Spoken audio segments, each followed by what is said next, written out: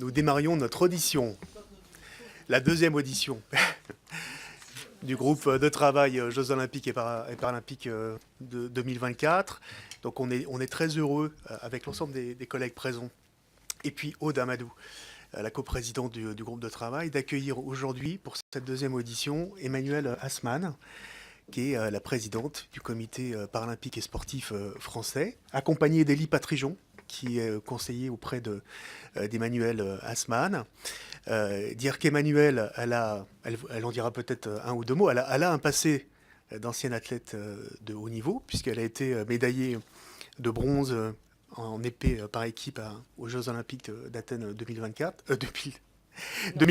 pardon, et vice-championne d'Europe à l'épée individuelle en 2005. Je crois que elle prendra peut-être le temps, au tout début de son intervention, de nous présenter les missions du CPSF, parce que c'est important de situer aussi son rôle précisément, et puis aussi nous dire comment vont être organisés les Jeux Olympiques et surtout les Jeux Paralympiques qui suivront en 2024. Sans doute, d'après les nouvelles dates qui ont été retenues à la fin du mois d'août et au tout début du mois de septembre 2024, puisque vous savez que les Jeux Olympiques ont été avancés d'une semaine, commenceront plutôt fin juillet et pas au tout début août. Est-ce que nous serons capables collectivement, cher Emmanuel, de rééditer l'engouement que nous avons connu à Londres en 2012 ? Moi, j'ai eu la chance de participer à la fois aux Jeux Olympiques et de revenir à Londres pour les Jeux Paralympiques. Et j'avais été époustouflé par des enceintes sportives qui étaient pleines à craquer. Enfin, il y avait aussi une politique de billetterie adaptée, mais où il y avait eu un véritable engouement aussi de la société britannique pour ces Jeux paralympiques.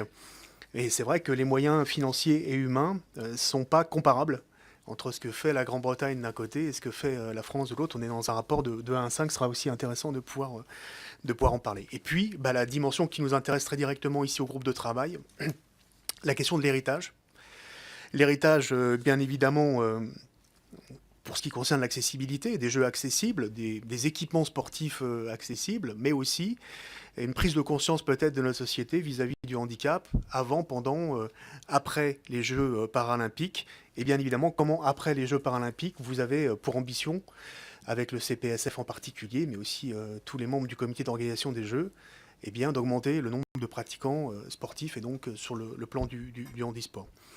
En feuilletant le rapport Onesta, tout comme vous, nous avons pu prendre connaissance d'un constat assez sévère sur le plan sportif, bon, notamment les résultats à Rio, même si on a obtenu 28 médailles et la 12e place au niveau international. Mais le rapport Onesta, c'est vrai, parle d'un paralympique en souffrance, avec une dispersion au niveau des délégations entre la fédération handisport, entre sport adapté et les fédérations aujourd'hui sportives qui prennent la délégation handi. Un certain nombre de carences dans la détection des athlètes, dans un encadrement limité. On revient à la question des moyens financiers et humains. Et puis de façon plus générale, le fait que aujourd'hui, le paralympique ne soit pas une priorité pour les pouvoirs publics et pour l'ensemble des fédérations sportives.